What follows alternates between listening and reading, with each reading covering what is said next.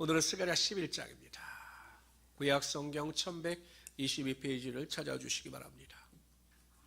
구약 성경 1322페이지 스가랴 11장입니다.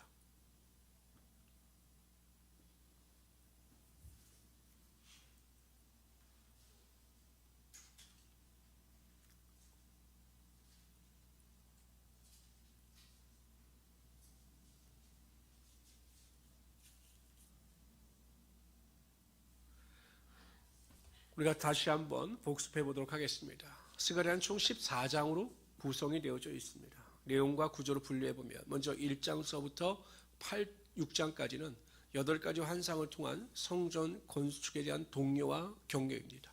하나님께서 뜻하신 대로 학개와 스가랴를 통해서 말씀하신 대로 스룹바벨과 여호수아를 중심으로 성전 건축이 반드시 이루어질 것이고 성전 건축을 이룬 자들에게 하나님의 복이 임할 것이다 라고 약속하십니다. 7장부터 8장은 과연 우리가 해오던 금식이 지금도 계속 유효한 것인가, 성전이 건축이 되고 완성이 돼도 우리가 금식을 해야 하는가에 대한 질문을 던집니다. 이에 대해서 하나님께서 지금까지의 금식은 하나님을 위한 금식이 아니라 너희를 위한 금식이었다. 금식 자체도 중요하지만 하나님의 의를 실천하는 것이 더 중요한 것이다 라고 말씀해 주셨습니다. 9장부터 14장까지는 예수 그리스도의 초림과 재림에 대한 이야기입니다. 특히 9장서부터 11장까지가 예수 그리스도께서 오심으로 인한 축복이 무엇인가에 대하여, 예수 그리스도께서 오시면 어떠한 축복을 주실 것인가에 대하여 말씀하고 있습니다. 11장은 바로 그러한 내용의 연장선선인데 11장에서 강조하고 있는 것은 축복과 격려가 아니라 오늘 저와 여러분 읽은 내용은 하나님에 대한 심판입니다. 예수 그리스도를 대적하고 하나님의 말씀대로 살지 않는 자들에 대한 심판의 내용이 나타나고 있는 것입니다. 우리 먼저 1절서부터 3절까지 한 절씩 교독하도록 합니다. 여러분들이 먼저 읽어주세요. 읽습니다. 시작.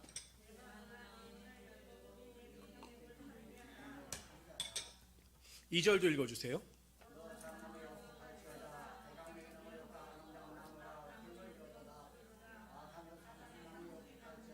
무성한 숲이 엎드려 졌도다. 우리 3절도 다 같이 읽읍시다. 시작. 목자들의 곡하는 소리가 남이요 그들의 영화로운 것이 쓰러졌음이로다. 어린 사자의 부르짖는 소리가 남이요 이런 요단의 자랑이 쓰러졌음이로다. 레마도나 내 문을 열라 이렇게 말해요. 레바노나 내 문을 열라. 이 말이 무슨 말씀이냐면 레바논은 이스라엘 민족의 북쪽에 위치하고 있습니다. 그러니까 북쪽을 통해서 외부 세력이 공격해 올 것이고 하나님의 도구죠. 그들을 통해서 이스라엘 민족의 심판이 임할 것임을 말씀하고 있는 것입니다. 그래서 항상 북쪽 나라 이렇게 말씀하시잖아요. 그래서 바벨론도 북쪽을 통해서 침공을 했고 나중에 보면 로마도 이 북쪽을 통해서 침공함으로 이스라엘 민족의 심판이 임하게 되는 것입니다. 여기서 백향목이라고 이야기합니다. 백향목이 넘어졌다라고 하는 것이, 이 백향목은 굉장히 화려하고 아름다운 나무입니다. 그래서 보통 이스라엘 민족의 고위 종교 지도자들을 의미할 때 백향목에 비유합니다. 근데 그들이 무너졌어요. 그들이 심판을 받게 된다라는 것입니다. 잣나무와 상수리 나무는 평민을 의미하는 것입니다. 그러니까 지위 고하를 막론하고 그들의 죄로 인하여 심판을 받게 되고 그들이 넘어질 것이다 라고 말씀하고 있는 것입니다. 그래서 어린 사자의 부르짖는 소리가 나며, 이게 황폐한, 먹을 것이 없어서 부르짖는 거죠. 어린 사자가. 요단의 자랑이 쓰러졌습니다. 그래서 이스라엘 민족 전체가 황폐하게 됨을 말씀하고 있는 것입니다.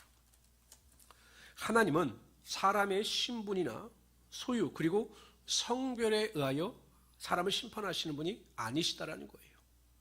그러니까 그 사람이 뭐 얼마나 부자냐, 뭐 얼마나 가난하냐, 많이 배웠느냐, 배우지 못했느냐, 뭐 이런 것에 의하여 하나님께서 심판을 하시는 분이 아니시다라는 겁니다. 오늘 보면 고위에 있는 종교 지도자들도 평민들로 다 심판을 받게 된다라고 말씀하셨습니다. 심판을 받는 근거는 한 가지입니다. 바로 자신의 죄로 인하여 심판을 받게 된다라는 것입니다. 많이 배운 자나 배우지 못한 자나 부자나 뭐 가난한 자나 뭐 권력이 있는 자나 명예가 있는 자나 없는 자나 다 그들의 지위와 명예와 성별에 의한 심판이 아니라 자신들이 지은 죄로 인하여 반드시 심판을 받게 된다라는 것입니다. 그들의 믿는 그 믿음, 그 죄의 기준이 무엇이냐? 예수 그리스도의 복음을 믿느냐, 믿지 않느냐? 이것을 기준으로 하여 죄로 인정을 받기도 하고 그렇지 아니하므로 하나님의 심판과 하나님의 심판의 유예함을 받게 된다라는 것입니다. 저와 여러분은 예수 그리스도의 복음의 능력을 믿어 구원을 받고 하나님의 자녀가 되었기 때문에 우리의 죄로 인하여 심판을 받지 않습니다. 물론 우리의 공로나 노력이나 수고에 의하여 의롭게 되는 것은 아니에요. 우리는 여전히 죄인이었습니다. 그러나 우리의 죄사함은 우리의 능력으로 사함받을 수가 없었습니다.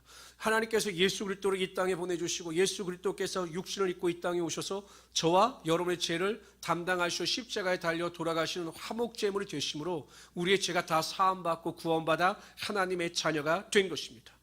그렇기 때문에 여러분 우리가 얼마나 감사한 일입니까? 이스라엘 백성들 자신들의 죄로 인해 다 심판을 받았습니다. 우리 다 심판을 받아야 돼요. 우리 죄로 인하여. 그러나 하나님께서 믿음으로 말미암아 값없이 우리를 의롭다 칭하여 주셨기 때문에 우리가 구원을 받아 이 자리에서 하나님의 자녀로 하나님께 예배할 수 있게 되는 것입니다. 그래서 여러분 내가 죄를 사함받고 구원받은 일이 인생에서 가장 축복인 것을 깨달으시고 매일 감사하고 하나님께 영광을 돌리며 살아갈 수 있는 하나님의 귀한 성도들이 되시기를 주님의 이름으로 축원합니다. 우리 4절을 읽도록 하죠. 4절 있습니다. 시작. 여호와 하나님이 이르시되 너는 잡혀 죽을 양떼를 먹이라. 너는 여호와 나의 하나님이 이르시되 너는 스가랴예요. 스가랴. 너는 잡혀 죽을 양떼를 먹이라. 아니 죽을 양떼인데 뭐하러 먹입니까? 아니 죽을 양떼예요. 어차피 죽어요. 그런데 뭐하러 하나님께서 그들의 양떼를 먹이라 이렇게 말씀하셨을까요? 그 이유는 그 양떼 안에는 심판을 받아 멸망당할 자도 있지만 하나님께서 남겨두신 남은 자가 있기 때문에 그렇습니다. 다 심판을 받아요. 그러나 민족적인 죄로 인하여 심판을 받는 것이 아니라 각 개인의 죄로 심판을 받아요. 그런데 그 가운데에는 하나님으로부터 구원을 얻을 만한 믿음을 가지고 있는 자들이 섞여 있었기 때문에 하나님께서 어찌하든지 그 양떼를 먹이라고 명령하고 계신 것입니다. 요한복음 6장 39절 40절에서 예수님께서 이렇게 말씀하셨어요. 다 같이 읽어봅시다. 시작. 나를 보내신 이의 뜻은 내게 주신 자 중에 내가 하나도 잃어버리지 아니하고 마지막 날에 다시 살리는 이것이니라. 하나님의 뜻이 뭐라고요? 한 사람도 구원받을 자를 빠트림이 없이 구원하는 것이 예수님의 사명이요 예수님의 본분이시다. 이렇게 말씀하고 있는 것입니다. 40절 읽읍시다. 시작. 내 아버지의 뜻은 아들을 보고 믿는 자마다 영생을 얻는 이것이니 마지막 날에 내가 이를 다시 살리리라 하시니라. 아멘. 절대로 구원받은 자들을 하나님께서는 한 사람도 놓치지 아니하시고 다 구원하신다라는 것입니다. 많은 양떼들이 있지만 그 안에는 구원받을 자가 있기 때문에 스가랴를 통해서 그들을 먹이라 이렇게 명령하고 계신 거예요. 여러분 모래에서 바늘찾기라고 하는 말이 있죠. 이건 도저히 무엇인가를 찾을 수 없을 때 표현하는 표현법입니다. 근데 하나님은 모래밭에서 바늘을 찾으셔요. 70억의 이 세상의 인구 중에서 하나님께서 택하신 우리들을 구별하여 세우시고 하나님의 은혜 가운데 구원의 능력이 반드시 나타나게 하여 주신다는 것입니다. 예전에 어떠한 목사님이 그렇게 주장하셨다고 그래요. 어떤 성도에게. 난 그분이 아직도 목사님이신가를 의심스러워요. 화장을 하면 안 된대요. 사람이 아니라 이런 화장이 아니라 사람이 이렇게 죽으면 불로 그 시체를 태우면 안 된대요. 그래서 뿌리면 안 된대요. 왜요? 부활할 때 헷갈려서 그게 섞여 있으면 그게 그래서 화장을 안 된다. 목사님이 이렇게 이야기하셨다는 거예요. 저는 그 말을 들으면서 과연 그분이 목사님이신가? 아니 하나님께서 그 정도도 못하시는 하나님이십니까? 우리를 창조하시고 우리를 다 아시는 하나님이 되시는데 사람들은 모래에서 바늘을 찾지 못하겠죠. 그러나 하나님은 택하신 자들이 어디에 섞여 있든지를 다 구별하여 내시고 다 구별해 내시고 구원의 은혜와 반열 가운데 세우시는 하나님이 되신다라는 것입니다. 그렇기 때문에 그걸 감사해야 되는 거예요. 70억 분의 1입니다. 70억 세계 인구 중에 하나님께 나를 아시고 택하시는 거예요. 언제요? 내가 태어나기도 전에 이 세상이 창조되기도 이전에 나를 아시고 나를 창조하여 나를 구원하시고 하나님의 백성 삼아 주셔서 영생의 축복을 누리며 살아갈 수 있게 하여 주신 것입니다. 그러니까 여러분 우리가 이 악한 세상에 막 휩쓸려 살잖아요. 막 살다 보면 다른 사람들과 똑같이 막 고통도 당하고 다 그래요. 그러나 하나님은 다 아셔요. 그래서 딱 우리를 건져내셔서 때를 따라 돕는 은혜도 주시고 위로도 주시고 능력도 주셔서 악한 자들에게 영광과 그들 가운데 소망이 되게 하여 주실 것입니다. 그러한 믿음을 가지고 승리하며 살아갈 수 있는 하나님의 귀한 성도들이 되시기를 주님의 이름으로 축원합니다. 5절부터 14절까지는요. 그럼에도 불구하고 포기하지 않으시는 하나님의 사랑이 나타나고 있습니다. 하나님은 끝까지 참으셔요. 그들이 돌이키기를 기대하시면서 끝까지 참으신다라는 것입니다. 5절 제가 조금씩 설명. 사들인 자, 이 사들인 자는 그들을 공격하여 그 민족을 빼앗은 자들입니다. 그러니까 사들인 자들은 바벨론이나 아수르, 로마 이런 자들이 사들인 자들입니다. 사들인 자들은 그들을 잡아도 죄가 없다 하고 판 자들은 이건 종교 지도자들입니다. 이스라엘 민족의 지도자들. 판 자들은 말하기를 내가 부유하게 되었은즉 여호와께 찬송하리라 하고 그들의 목자들은 그들을 불쌍히 여기지 아니하는도다. 목자들도 종교 지도자들입니다. 여호와가 말하노라 내가 다시는 이 땅 주민을 불쌍히 여기지 아니하고 이 사람들을 각각 그 이웃과 손과 임금의 손에 넘기리니 그들이 이 땅을 칠지라도 내가 그들의 손에서 건져내지 아니하리라 하시라. 하나님께 절대 구원하시지 않는다라는 것입니다. 내가 잡혀 죽을 양떼를 먹이니 참으로 가련한 양들이라. 내가 막대기 둘을 취하여 하나는 은총이라 하며 하나는 연합이라 하고 양떼를 먹일세. 한 달 동안에 내가 그 세 목자를 제하였으나 이는 내 마음에 그들을 싫어하였고 그들의 마음대로 나를 미워하였습니다. 세 목자가 앞에 나왔던 사람들일 수도 있고 혹자들은 로마 시대에 비유하여서 그 이스라엘 백성들의 종교 지도자인 장로나 서기관들 이런 사람들을 세 목자에 비유하기도 합니다. 장로, 서기관들, 제사장들을 비유하기도 합니다. 내가 이르러 내가 너희를 먹이지 아니하리라. 죽는 자는 죽는 대로 망하는 자는 망하는 대로 나머지는 서로 살을 먹는 대로 두리라 하고 이에 은총이라는 막대기를 취하여 꺾었으니 이는 모든 백성들과 세운 언약을 폐하려 하였습니다. 당일에 곧 폐함에 내 말을 지키던 가련한 양들은 이것이 여호와의 말씀이었던 줄 안지라. 내가 그들에게 이르되 너희가 좋게 여기거든 내 품삯을 내게 주고 그렇지 아니하거든 그만두라. 그들이 곧 은 30개를 달아서 내 품삯을 삼은지라. 여호와께서 내게 이르시되 그들이 나를 헤아린 바 그 삭을 토기장에게 던지라 하시기로 내가 곧 그 은 30개를 여호와의 전에서 토기장에게 던지고 내가 또 연합이라고 하는 둘째 막대기를 꺾었으니 이는 유다와 이스라엘 백성의 의리를 끊으려 함이니라. 7절에 보면 내가 잡혀 죽을 양떼를 먹이니 참으로 가련한 양들이라. 내가 막대기들을 취하여 하나는 은총이라 하며 하나는 연합이라고 양떼를 먹일세. 보통 목자가 양떼몰이를 할 때는 막대기를 가지고 양떼몰이를 하죠. 그래서 그 캥이를 상징적으로 비유하시면서 하나님께서 말씀하신 것입니다. 이스라엘 양떼를 치실 때 하나는 은총이라고 하는 막대, 하나는 연합이라고 하는 막대를 가지고 그들을 내가 잘 다스릴 것이다. 은총이라고 하는 것은 하나님의 은총이에요. 하나님의 보호하심, 하나님의 인도하심, 하나님의 도우심, 전적인 은혜, 이것을 은총이라고 합니다. 그러니까 하나님께서는 끝까지 이스라엘 백성들을 지키고 보호하시기를 원하셨던 것입니다. 연합이라고 하는 것은 형제들의 연합, 그러니까 이스라엘 민족의 연합을 의미하는 것입니다. 그러니까 분열과 다툼이 아니라 이스라엘 민족 전체가 연합하여 하나가 되기를 원하셨다라는 것입니다. 그 두 가지, 은총과 연합의 막대기를 가지고 이스라엘 백성들이 다시 회복되기를 원했습니다. 더 쉽게 표현하면 이스라엘 백성들의 믿음이 하나님을 사랑하고 이웃을 내 몸과 같이 사랑하기를 원하셨습니다. 그러나 그들이 하나님의 뜻대로 하나님의 말씀대로 순종하지 아니하므로 하나님께서 은총과 연합의 막대기를 꺾어 버리시는 것입니다. 이 시대가 여러분 그렇지 않아요? 말세의 징조 가운데 디모데후서 3장에 보면 부모를 거역한다라고 이야기를 해요. 시편 133편에 보면 형제가 동거하며 어찌 그리 아름다운 줄라고 이야기를 합니다. 이 시대가 형제 간의 연합도 깨어진 시대예요. 가족 간의 유대감도 무수히 깨어지고 있는 시대입니다. 왜 그럴까? 결국 하나님의 말씀에 순종하지 않기 때문입니다. 하나님이 계시지 않으면 불화가 있고 하나님이 계시지 않으면 평안이 없는 것이에요. 하나님께서 그 집안의 가정의 주인이 되어주실 때 형제가 연합하여 돈과하고 하나님의 뜻을 쫓아 살아감으로 서로 화목한 가정을 이루며 살아갈 수 있게 된다는 것입니다. 그렇기 때문에 여러분 예수 믿는 가정인데 정말 장로님이 있고 권사님이 가정인데 가정이 화목하지 못하다. 그것은 진정으로 하나님 앞에서 거듭난 자들의 모습이 아니다라는 것입니다. 11절에 보면 하나님께서 4절과 같이 남은 자들에 대한 말씀을 하셔요. 11절 다 같이 읽어봅시다. 시작. 당일에 곧 폐함에 내 말을 지키던 가련한 양들은 이것이 여호와의 말씀이었던 줄 안지라.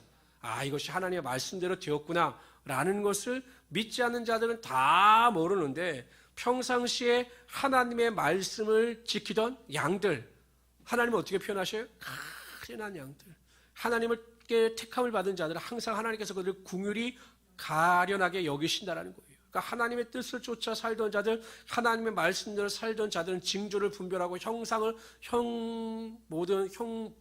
모든 그 상황을 판단해서 이것이 하나님의 뜻대로 하나님의 말씀대로 된 것이구나라는 것을 알고 판단한다라는 것입니다. 이 세상에서 살아가는 사람들의 의는 상대적 의입니다. 상대적 의.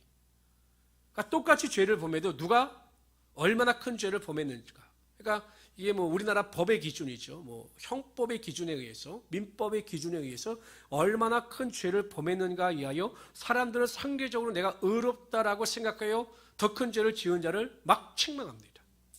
예를 들어 요즘에 보면 뭐 누구를 제가 이번에도 뭐 뉴스에 보니까 막 애인하고 다투다가 애인을 칼로 살해하고 막 11층에서 떨어뜨린 30대 청년에 대한 이야기가 나와요.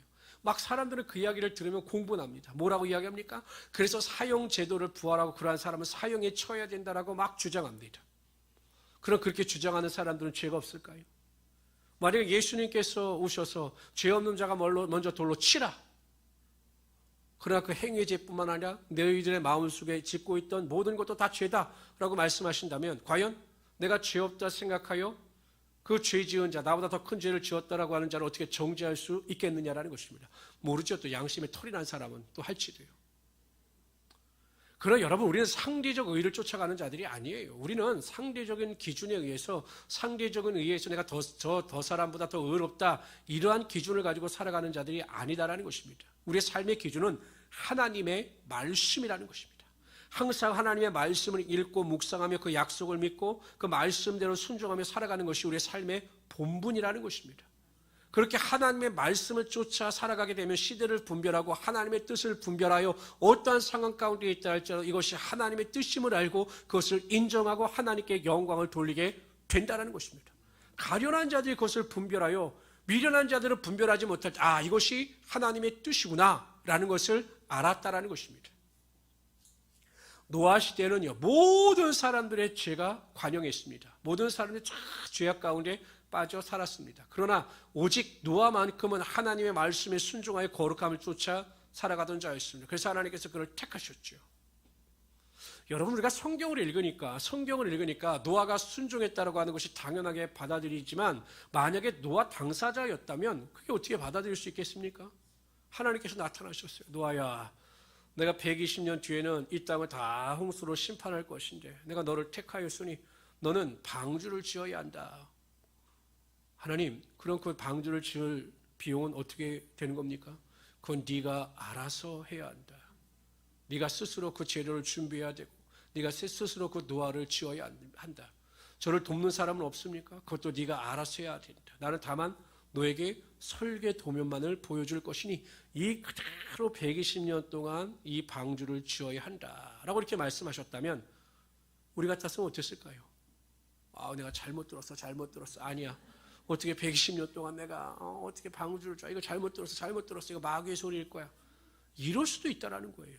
너무 황당한 이야기 아니에요? 아니, 멀쩡히 살아있는데 120년인데 홍수가 와서 모든 사람 다 죽는다.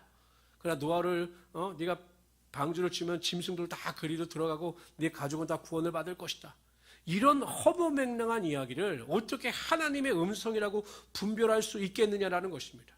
만약에 노아 이전 시대에 그러한 홍수가 있었다면 믿을 수 있겠죠.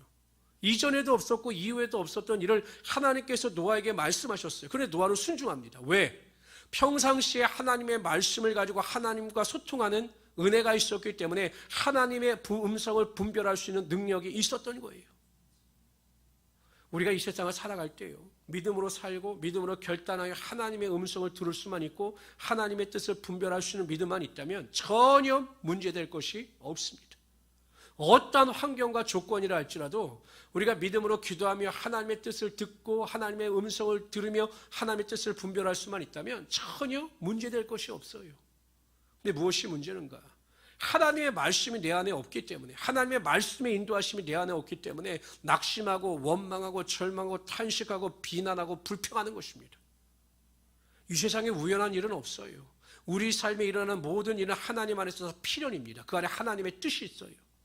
하나님의 말씀을 가까이 하는 자들은 하나님의 뜻을 온전히 분별하여 그 뜻 안에 순종할 수 있게 된다는 것입니다. 오늘 보세요. 가련한 양들이 다수였겠습니까? 소수의 소수. 다 모든 자들이 약한 죄를 범하고 있고 하나님의 뜻대로 사는 자들은 소수였어요. 그러나 그 소수가 하나님의 말씀에 감동을 받아 하나님의 말씀의 인도함을 쫓아 살았기 때문에 모든 상황을 하나님의 뜻대로 된 것이라고 인정하며 순종하며 살아갈 수가 있게 되었던 것입니다. 저는 우리 모든 성도님들이 하나님의 말씀을 매일 듣고 하나님의 음성을 소유하며 살아갈 수 있는 우리 성도들이 되시기를 주님의 이름으로 축원합니다. 제가 며칠 전에 저희 집에 이 세면대가 아주 낡아서 부품이 고장이 났어요. 근데 제 기술로는 도저히 고칠 수가 없더라고요. 그래서 제가 평상시에 잘 알고 있는 철물점 사장님에게 전화를 걸었어요. 또 괜히 제 신분을 밝히기도 그렇더라고요. 맨날 목사 이렇게 하기도. 그래서 제가 전화를 걸어서 무슨 철물점이죠? 네, 사장님 이렇게 고장이 났는데 이런 부품은 얼마가 필요하고 또 이런 부품은 어떻게 수리하면 됩니까? 라고 했더니 그 사장님이 단번에 그러시는 거예요. 목사님이세요? 어떻게 하셨어요? 내가 목사님 음성을 못 듣겠습니까? 못 분별하겠습니까? 왜? 제가 몇 번 통화를 하고 자주 통화를 했기 때문에 그 사장님은 제 신분을 밝히지 않아도 제 음성을 알고 제가 목사인 것을 안 거예요. 제가 왜 이런 말씀을 드리냐면 하나님과 끊임없이 소통하는 자들은 하나님의 음성을 알아요. 예수님께서 뭐라고 말씀하셨습니까? 양은 목자의 음성을 안다라고 말씀하셨어요. 이게 세상의 소리인지 악한 자의 소리인지 하나님의 음성인지 그걸 왜 분별하지 못하느냐? 하나님과의 관계가 돈독하지 못하기 때문에 하나님을 가까이 하지 않기 때문에 하나님의 말씀을 가까이 하지 않기 때문에 하나님의 음성을 분별하지 못하고 하나님의 뜻을 분별하지 못하는 것입니다. 항상 말씀을 가까이 하셔서 하나님의 뜻을 분별하여 그 뜻 안에 순종하며 살아갈 수 있는 하나님의 귀한 성도들이 되시기를 주님의 이름으로 축원합니다. 12절에 보면 우리 다 같이 읽어요. 12절 13절은 중요한 말씀이기 때문에 다시 한번 읽습니다. 시작. 내가 그들에게 이르되 너희가 좋게 여기거든 내 품삯을 내게 주고 그렇지 아니하거든 내 품삯을 삼으자. 그 말이요. 하나님께서 그렇다면 너희들이 원하는 내 품삯을 정해봐라. 그러니까 하나님께서 너희가 나에게 받은 은혜대로 내 품삯을 한번 정해봐라. 나에게 얼마만큼 감사의 품삯을 드리겠느냐. 너희가 결정해봐라 했더니 얼마를 준 겁니까? 은 30개를 준 거예요. 은 30개의 가치가 어느 정도인지 아십니까? 그 당시에 노예 한 사람의 가치가 은 30이었어요. 그러니까 이스라엘 백성들은 하나님께 대하여 종 한 사람의 가치 정도만 그 은혜를 인정하는 것입니다. 그랬더니 하나님께서 뭐라고 말씀하시는가? 13절 다 같이 읽어봅시다. 시작.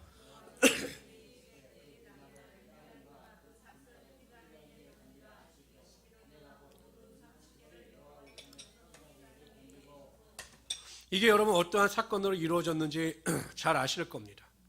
가룟 유다가 예수님을 은 30에 팔아넘겨요. 그리고 나중에 이 가룟 유다가 양심의 가책을 받죠. 그래서 대제사장들에게 와서 은 30을 돌려주려고 합니다. 그랬더니 대제사장들이 아니다. 그건 너에게 준 싹이니 네가 가지고 와서 알아서 해결하라 이렇게 이야기합니다. 그래서 가룟 유다는 양심의 가책을 받아서 그것을 성전고에 던지고 가서 자살을 했어요. 그러니까 성전의 그 세수를 거둔 성전고에다 은 30을 던지고 가서 자살을 했어요. 그 대제사장들 입장에서 보면 그 돈이 굉장히 찝찝한 돈이죠. 그래서 그것을 어떻게 했냐면 그것을 토기장이에게서 밭을 삽니다. 그리고 그 산 밭에다 나그네들의 무덤을 만들었어요. 근데 그것이 그대로 구약시대에 있었던 예언이 신약시대 약 470에서 80년 뒤에 500년 뒤구나. 예수님께서 30이니까 500년 뒤에 하나님께서 말씀하신 그 말씀이 성취가 되었다라는 것입니다. 이게 무슨 의미일까요? 하나님께서 말씀하신 것은 반드시 이루어진다라는 것입니다. 민수기 23장 19절을 이렇게 말씀하십니다. 읽어봅시다. 시작. 하나님은 인생이 아니시니 시건치 않으시고 인자가 아니시니 후회가 없으시도다. 어찌 그 말씀하신 바를 행치 아니하시며 하신 말씀을 실행치 않으시랴. 하나님 우리에게 약속하신 모든 것을 이루게 하시고 또한 말씀대로 살아가는 자들에게 하나님의 은혜와 축복이 반드시 임하게 하여 주신다라는 것입니다. 근데 여러분 우리가 반드시 믿고 의심하지 말아야 될 하나님의 약속 중에 이 시대를 살아가고 있는 우리들에게 가장 중요한 약속은 무엇이냐면 예수 그리스도께서 다시 오신다라는 약속이에요. 예수 그리스도께서 다시 오신다. 예수 그리스도께서 재림하신다. 그때는 심판주로 오시는 겁니다. 예수 그리스도의 초림은 구원의 목적이 크셨지만 예수 그리스도의 재림은 심판의 목적이 크신 거예요. 우리가 다 백보자 앞에 서게 될 것입니다. 생명책에 기록된 자는 구원을 얻게 되실 것이고 그렇지 못한 자는 다 옥에 던져지게 될 것입니다. 뿐만 아니라 우리가 행위대로 우리의 상급을 얻게 될 것입니다.